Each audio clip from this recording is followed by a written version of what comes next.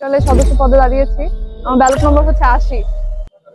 আমার জন্য দোয়া করবেন আর অবশ্যই ভোট দিতে আসবেন।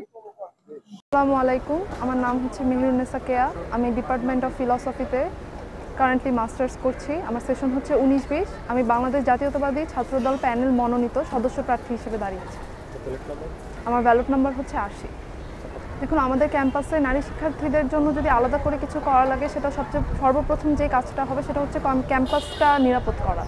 আমরা চাচ্ছি ক্যাম্পাসে বেশি বেশি সিসিটিভি ক্যামেরা থাকবে এবং আমরা একটা হেল্পলাইন চালু করারও চিন্তা করেছি, যেন 24 ঘন্টায় যে কোনো সময়ে নারীরা কোনো সমস্যার সম্মুখীন হলে তারা এই হেল্পলাইনে ফোন দিয়ে সাহায্য পায় এবং একটি হেল্প ডেস্কও থাকবে, যেখানে যে কোনো ধরনের হ্যারাসমেন্টের শিকার হলে তারা যেখানে গিয়ে এটার অভিযোগ জানাতে পারবে।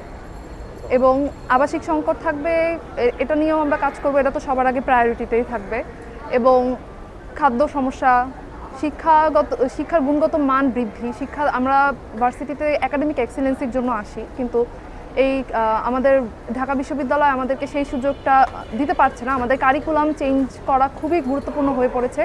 আমরা এখনও পুরনো আমলের কারিকুলাম দিয়েই চলছে। আমাদের কারিকুলামে কোনো আধুনিকায়ন আমরা দেখতে পাচ্ছি না খুব একটা, যে কারণে আমরা দেখছি যে প্রাইভেট বিশ্ববিদ্যালয়ের শিক্ষার্থীরা জব মার্কেটে গিয়ে কিন্তু আমাদের থেকে এগিয়ে যাচ্ছে, আমরা কিন্তু পিছিয়ে যাচ্ছি।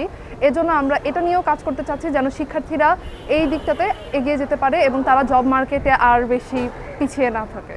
আমাদের ওয়াশরুমগুলোকে আমরা আর মডার্নাইজেশন করব। আমাদের ওয়াশরুমগুলো খুবই নোংরা পরিবেশে থাকে, বিশেষ করে মেয়েদের কমন রুমের ওয়াশরুমগুলোর কথা তো আর নাই বললাম। এবং স্যানিটারি প্যাডের ভেন্ডিং মেশিনগুলো, যেগুলো আমাদের ক্যাম্পাসে খুব বেশি একটা নেই, এগুলো বাড়াতে হবে আমাদের। তারা যেন খুব সহজে এটা তাদের কাছে তারা পেতে পারে জিনিসগুলো হাতের কাছে। এবং আমাদের গণতন্ত্র চর্চার একটা সুযোগ এসেছে এখন অনেক টাইম পরে। আমরা এখানে নিজেদের চিন্তা ভাবনা থেকে যাকে আমরা যোগ্য মনে করব তাকেই আমরা ভোট দিব।